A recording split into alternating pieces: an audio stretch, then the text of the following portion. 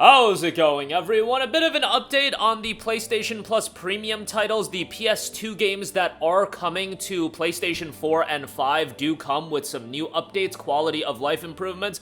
Incredibly excited about this, and this can really jolt up interest in not only PlayStation Plus Premium, but remember, these games should be available to buy standalone. I know some of you guys just don't want to sign up to a subscription service anyway, but this does open up the opportunity for Sony to not only improve the value of Plus Premium, which Plus Premium, I think if you're signing up to Plus Premium, you're like knee-deep into the PlayStation ecosystem and you're just gonna get everything regardless, but Plus Extra is what I've really been crapping on. Plus Premium, I think, actually, because the price differential between Extra and Premium isn't, like, insane, I think it's a decent offer. Like, if you're getting Extra, maybe the argument is there to get Premium anyway, but with the addition of PS2 games, I think that is going to make it far more attractive, so we'll talk about that. And there has been PS2 games already in the service, but they stopped adding new ones, which is a little bit weird, but they're getting back on the run on that, so we'll talk about that. A notable title from 2024 is going free to play for a week. It is live right now. You guys like your quadruple A games, your quad A titles? Well, you'll be able to play one for free, and an upcoming JRPG is getting a demo here shortly. Maybe be mindful if you have not experienced the rest of the franchise yet. We'll talk about that at the end of this video. But first of all, PlayStation 5 and PlayStation 4's brand new PlayStation 2 titles are going to be featuring some quality of life improvements. After the success of PS1 and PSP releases, we are now bringing more PS2 titles to both PS5 and PS4, and it is utilizing a new emulator as well.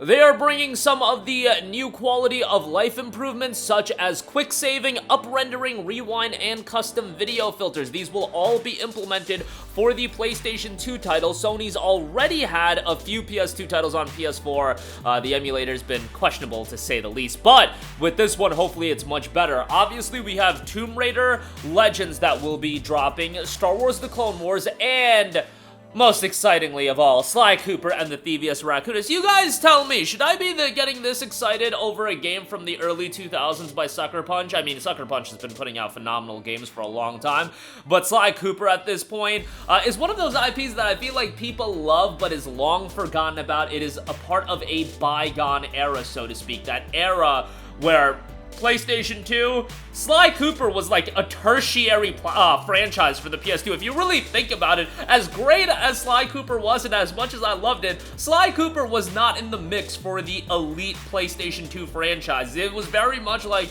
yeah, this is a tertiary game series that a lot of us checked out and we loved it. Ended up getting 3 titles on PS2, ended up getting a 4th game on PS4 and PS Vita. Actually, PS3 and PS Vita, getting my timeline all confused. Thieves in Time, I thought that game was really good as well. That game is getting lost in the ether with no PlayStation 3 backwards compatibility, and that game actually set up a potential sequel, but I don't think we're ever going to be getting that, at least not in the near future.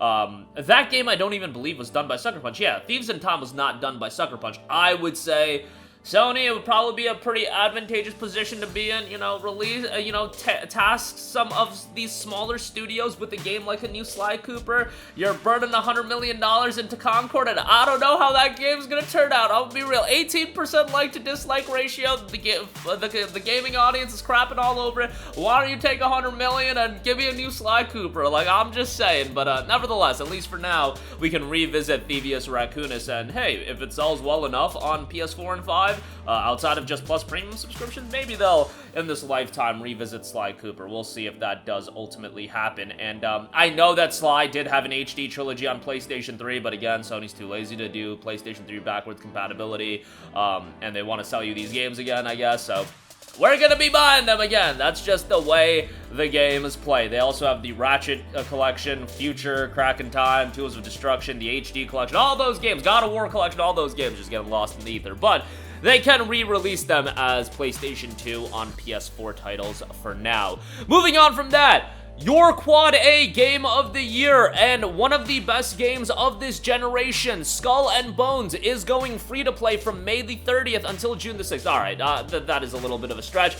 To be perfectly honest with you guys, I haven't even given Skull and Bones a shot yet, and I get it. Like, I am really on this initiative and this kick that this year I'm trying to play every single major game release, and I've been pretty damn good at it. Like, I played Suicide Squad, played some of the lesser releases. I played Banisher's Ghost of New Eden, like, if you want to classify that as a major release. Like, I've been playing a lot of games this year. Guys, I'm sorry, Skull and Bones, had to tap out of that one. Did not get me, but, you know, for now, there is a free week running, and it's another one of those Ubisoft live service games. So they do a lot of these free trial periods. They did a lot of them for Crew Motorfest as well, and it's something that they want to do because at the end of the day, even if this game right now is being sold 50% off for $35 and it'll be in the bargain bin, their real goal with a game like Skull and Bones, yeah, it's great if you're a sucker and spend $70 or $130 for the gold edition, but they want to monetize you for a year, for 16 months, for 24 months. They want to monetize you as a consumer for a very, very long time. That's just the MO with a lot of these studios. That's why PlayStation is so desperate in getting this live service train off the ground, and why, even though to you, Concord might look like the biggest pile of trash you've ever seen in your life, to them, they don't care if it's an L because they're gonna throw 20, 30 of these at the wall, and if one of them sticks, that's a W for them because that game will generate them passive revenue for years and years with little cost on the back end to continue to monetize the game versus what it would cost to create, let's say, a new Sly Cooper. That's Ubisoft's same deal, and they've been successful with some titles. Let's not get it twisted. Like, crap on Ubisoft all you want. Guess what? X-Defiant's been a home run. We'll see the longevity of it, but initially, that game has been a home run, and I think people were at least a little bit on the fence with that game, but guess what? It has popped off, and I don't see Concord going that route at all, because X-Defiant inherently, from the get-go, from the jump, had a little bit of interest. Concord's just being crapped on right off the bat. Skull and Bones, same thing. Like, this game had a tiny bit of interest at launch, but not even to the level of X-Defiant, at least I don't think so. This game seems to be a flop at this point, but when you're in the live service game, guys, you can look at a Skull and Bones, you can look at a Concord and be like, oh, this game's a flop. They already know that. They know for every 20 games that they put out that are these style of live servicey titles, 15, 18 even will be crap, but if 2 pop off, if 3 pop off, if 4 pop off, they're rolling in that gravy train, and it really don't matter because they can run Skull and Bones for a while, then they'll ultimately shut down the game, wash their hands of it, on to the next one. It's not that big of a deal at the end of the day. But yeah, that's me going on a little bit of a tangent. Go check out the free trial that's live right now until June the 6th. Lastly, how about something I'm excited for? Legends of Heroes Trails Through Daybreak, the latest in the Legend of Heroes franchise, and I think some would say maybe it would be a good entry point for you guys getting into the franchise. However, even though it starts a new arc in the series, yo guys, don't be playing this game without me playing the other games. I know it is an arduous, a daunting undertaking to go through all of those games, but I'm just letting you guys know the narrative arc in these games are so compelling and so engaging that you probably do want to play the other games. At the very least, I say go play through the 4 Cold Steel games and Trails into Reverie, but you know, that's ultimately your decision.